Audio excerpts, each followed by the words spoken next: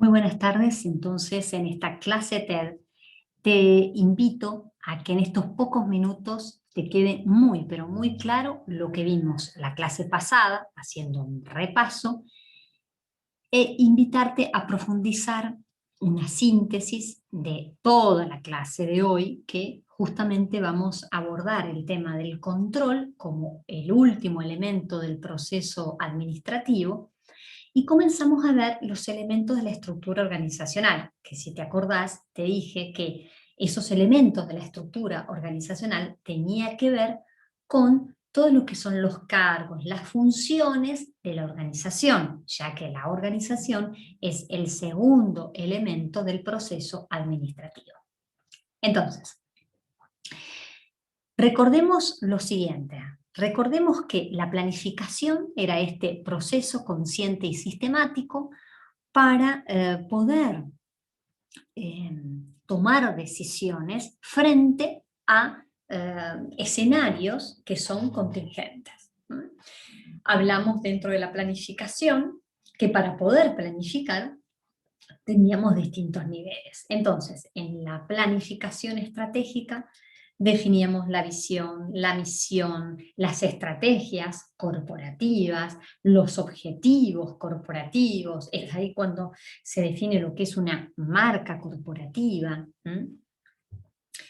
Ahora bien, lo que también tendríamos que hacer es ver qué es lo que sucede en los otros niveles, ¿verdad? O sea, por ejemplo, si en el nivel estratégico definimos lo que es la visión y misión, no es que nos levantamos un día y la hacemos, sino que la tenemos en cuenta en función también de todo lo que vamos analizando del contexto. Y es por eso, y es tan vital hacer el análisis FODA.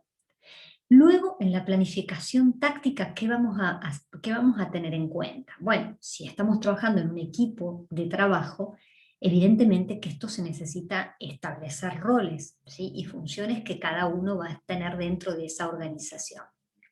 Entonces, es muy importante que esos objetivos, esas estrategias que fueron justamente estrategias corporativas en la planificación estratégica, en la planificación táctica, tenga que ver con objetivos y estrategias sectoriales.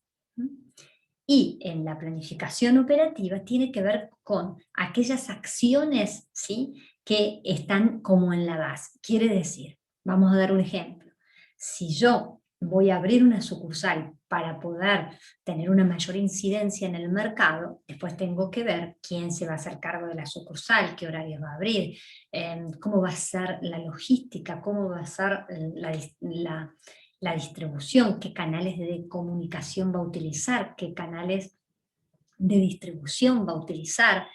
Bueno, todas estas son, a medida que vamos descendiendo en los niveles de la organización, esas decisiones que eran más bien macro, que involucraba a toda la organización a nivel operativo, se vuelven decisiones más pequeñas, ¿sí? Casi como decisiones de la vida cotidiana del negocio. Pero ¿qué más hacemos en la planificación? Establecemos los recursos. ¿Qué recursos tenemos? Si tenemos recursos tangibles, intangibles, ¿sí? Entonces, dijimos, la planificación contaba de establecer en las planificaciones estratégicas las políticas, luego en la planificación táctica establecemos los planes, establecemos los programas, ¿sí? Establecemos los recursos, ¿sí? Establecemos las estrategias, dijimos, todo esto es la planificación. Enseguida vamos a ver lo que es la organización enmarcada en el concepto de los elementos de la estructura organizacional. También, en la clase pasada, no sé si te lo acordás, estuvimos repasando el itinerario de lo que conforma una persona que dirige a un grupo de personas, ¿sí? ¿Qué significaba dirigir? Dirección, en la dirección no estamos refiriéndonos a aquella persona que tiene un rol, ¿sí? Y ese rol va a incidir digamos, en la actividad de la organización que esas personas van a llevar a cabo, ¿sí? Aquí vamos a estar hablando de la autoridad, muy importante entender cómo era la autoridad, ¿sí? En los primeros que han comenzado esta disciplina, la ciencia de la administración, a cómo es hoy la autoridad, ¿sí?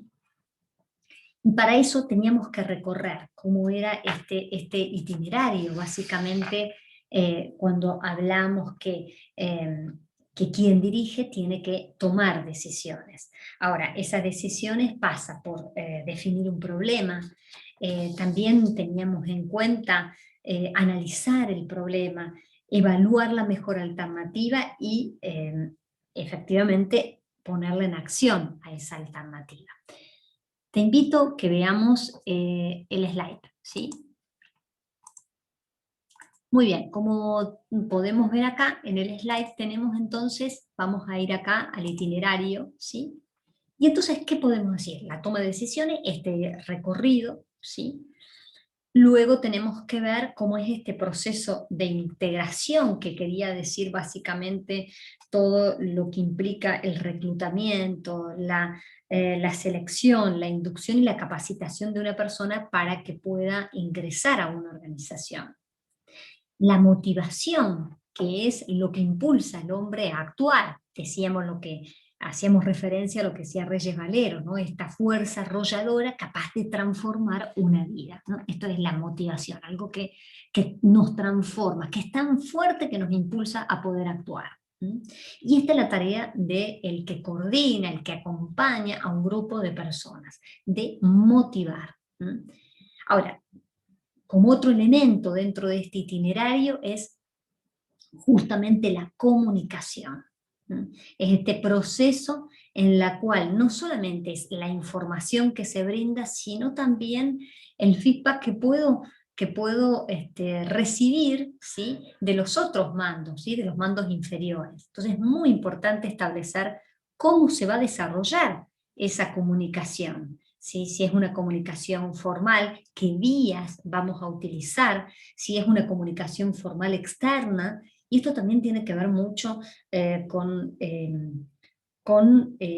buscar la identidad de la organización. No es lo mismo la comunicación que tiene Disney, por ejemplo, en sus cuentas, en sus redes sociales, que Coca-Cola. Evidentemente que cada uno tiene y también cada una de estas organizaciones o un emprendimiento muy particular, cada uno tiene un modo de poder comunicarse, o sea, comunicar a los colaboradores, ¿sí?, a los que en un momento llamábamos empleados, pero son nuestros colaboradores, colaboradores internos, y también la comunicación hacia afuera. Y luego tenemos como último elemento que es la supervisión, que es guiar el accionar de las personas que trabajan con nosotros y que de alguna manera están supeditadas a, digamos, a la tarea concatenada que se desarrolla dentro de la organización.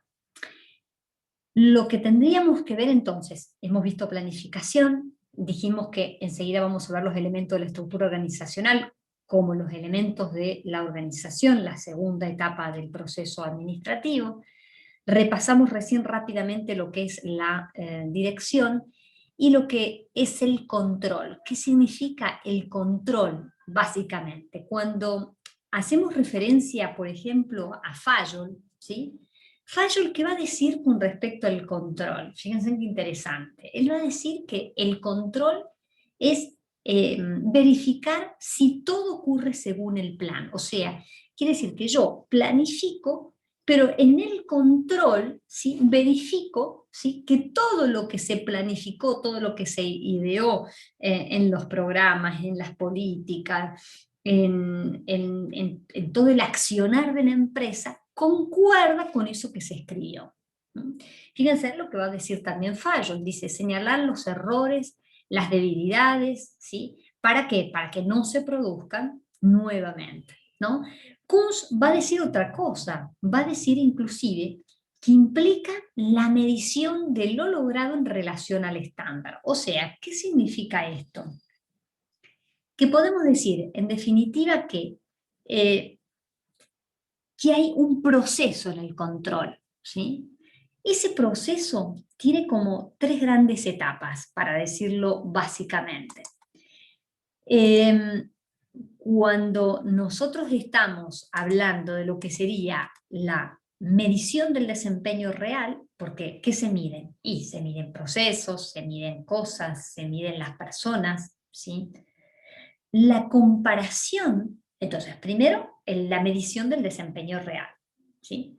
Luego, la comparación del desempeño real con el estándar. Y tercero, la acción administrativa, ¿sí? Esto es muy importante, porque para poder medir, ¿sí? Yo para decir, no, esto no va acorde a lo que se planificó, evidentemente que tenemos que hacer un proceso de observación o de también valernos de las, digamos, hoy tenemos muchísimas herramientas, tenemos desde la Big Data, tenemos las plataformas digitales, o sea, hay un sinnúmero de herramientas que hace que el control sea mucho más efectivo, ¿sí?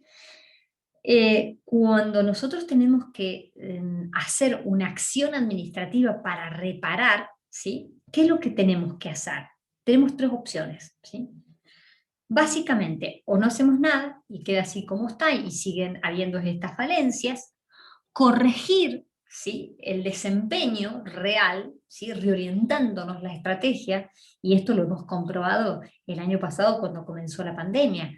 ¿Cuántos emprendedores tuvieron que decir, nos hemos tenido que reinventar? Bueno, es una forma de salir del esquema del desempeño que ya se tenía planificado para encauzar el negocio, ¿sí? Pero básicamente vamos a hablar que hay tres tipos, que no te olvides, tres tipos de controles.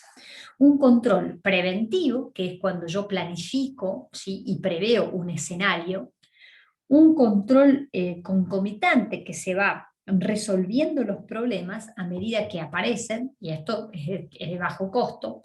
O el ideario o el escenario ideal es un control de retroalimentación. Después de terminada la actividad, voy generando futuros escenarios para evitar cualquier tipo de error.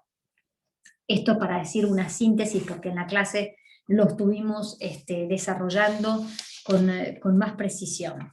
Lo que te invito ahora es que veamos básicamente lo que significan los elementos de la estructura organizacional. Cuando nosotros hablamos de la estructura, ¿a qué se refiere cuando hablamos de la estructura? Como al conjunto de tareas formales asignada a los individuos, ¿sí? Y esos individuos que están dentro del departamento. Recordemos la acción de Taylor. Taylor lo que primero hace es corregir las tareas, ¿sí? Luego desarrolla el concepto de cargo y dice es un conjunto de tareas, ¿sí? Estos cargos están dentro de una, y digo, ¿qué es una tarea? Y una tarea es una actividad, por lo tanto, el cargo es un conjunto de tareas. Ahora, cuando nosotros vamos a revisar las secciones, uno dice, bueno, hay un conjunto de cargos, ¿sí? Bueno, es muy importante en la estructura organizacional establecer cuáles son o qué significa el cargo, básicamente, ¿sí? Cuando nosotros hablamos, inclusive, de la estructura organizacional, tenemos que decir que dentro de los elementos de la estructura organizacional, no te lo olvides, es la autoridad, la especialización, la cadena de mando, el tramo de control, la departamentalización, la centralización y la descentralización y la formalización. Son 7, no te lo olvides. Básicamente, cada uno de ellos tiene una incidencia muy importante en la vida de la organización. Es más, yo diría que dentro de nuestra materia, si uno tuviera que hacer como decir, pero ¿cuál es la columna vertebral de la materia? Y son los elementos de la estructura organizacional. ¿Por qué? Y porque de la autoridad se desprenden los conceptos de los distintos autores, digamos, que han, de alguna manera, que han aportado, ¿sí? A nuestra ciencia, a nuestra querida ciencia de la administración. Como también la especialización, como también la cadena de mando es tan importante, como también reconocer los tramos. No es lo mismo hablar un tramo estrecho que un tramo amplio de la organización. No es lo mismo una centralización donde está concentrada la toma de decisión en la cúspide de la organización que la descentralización, cuando esa autoridad empieza a desplegarse. Recordemos básicamente lo que es la autoridad. Es el derecho, va a decir Richard Duff, es el derecho formal y legítimo que tiene un administrador para la toma de decisiones. Fíjense lo que decía Fallo, es el derecho de mandar y de hacerse obedecer. Bueno, a lo largo del tiempo este concepto fue variando en las formas, pero quiere decir que hay un alguien que tiene un conjunto de tareas y de personas asignadas y esas tareas deben de cumplirse, ¿sí? Pero no como algo estricto, sino como en esta colaboración recíproca donde todos y cada una de las partes son vitales para el desarrollo de la organización. Bueno, espero que en estos minutos te haya quedado la, digamos, como lo más importante o lo más jugoso de toda la clase. Hace un like y continúa viendo todas las clases y seguir participando. Hasta luego.